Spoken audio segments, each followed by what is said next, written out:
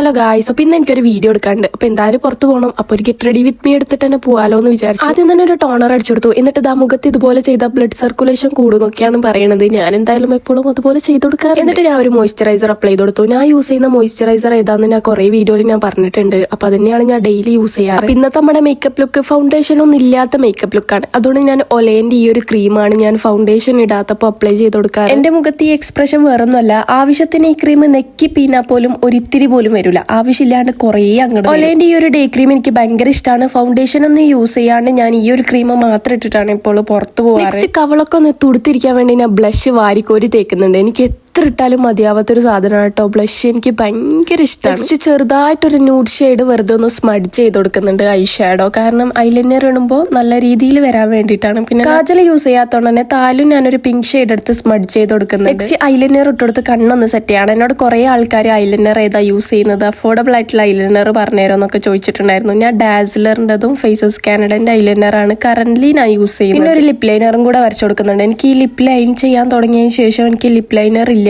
എനിക്ക് ലിപ്സ്റ്റിക് ഇടുമ്പോൾ എന്തോ ഒരുമാതിരി ഫിനിഷിംഗ് ഇല്ലാത്ത പോലെ. പിന്നെ ഒരു ലിപ് ഗ്ലോസും കൂടെ ഇട്ട് കൊടുക്കുന്നുണ്ട്. എന്റെ ചുണ്ട് ഭയങ്കരമായിട്ട് ഡ്രൈ ആവാതിരിക്കാൻ വേണ്ടി ഞാൻ ആദ്യം ലിപ് ഗ്ലോസ് ഇട്ടിട്ടാണ് പിന്നെ ലിപ്സ്റ്റിക് ഇട്ട് കൊടുക്കുന്നത്. ഇപ്പൊ യൂസ് ചെയ്യുന്നത് സ്വിസ് ബ്യൂട്ടിന്റെ 05 ചിക് ന്യൂഡ് എന്ന് പറഞ്ഞിട്ടുള്ള ഷെയ്ഡ്. ലാസ്റ്റ് ഞാൻ ഫേസസ് കാനഡന്റെ ഒരു സെറ്റിംഗ് സ്പ്രേയും കൂടെ അടിച്ചു കൊടുക്കുന്നുണ്ട്. ഓവർ മേക്കപ്പ് ഒന്നും ഇല്ലെങ്കിലും ജസ്റ്റ് ഒന്ന് ഇട്ടതൊക്കെ ഒന്ന് സെറ്റ് ആവാൻ വേണ്ടിയിട്ട് അടിച്ചു കൊടുക്കുന്നതാണ്. പിന്നെ ഏതായാലും ഗെറ്റ് റെഡി വിത്ത് മീ ഒക്കെ എടുക്കുന്നതല്ലേ, അങ്ങോട്ട് ഇരിക്കട്ടെ എന്ന് വിചാരിച്ചിട്ട് വാരി പൊത്തിയപ്പോൾ എന്റെ കണ്ണിലും കൂടെ കുറച്ചായി. സെറ്റിംഗ് സ്പ്രേ അടിച്ചു കഴിഞ്ഞിട്ടാണ് ഞാൻ ഹൈലൈറ്റർ യൂസ് ചെയ്യുക. അതാകുമ്പോൾ കുറച്ചും കൂടെ ഗ്ലോ കിട്ടും. ഫൈനലി ഒരു ഹെയർ സെറും കൂടെ അപ്ലൈ ചെയ്ത് കൊടുത്ത് എന്റെ ലുക്ക് അങ്ങോട്ട് കംപ്ലീറ്റ് ആക്കി. അപ്പൊ ഇതാണ് എന്റെ ഫൈനൽ ലുക്ക്. എങ്ങനെയുണ്ടെന്ന് കമന്റ് ചെയ്യുക. പിന്നെ ഇതുവരെ സബ്സ്ക്രൈബ് ചെയ്യാത്തവർ പ്ലീസ് സബ്സ്ക്രൈബ്.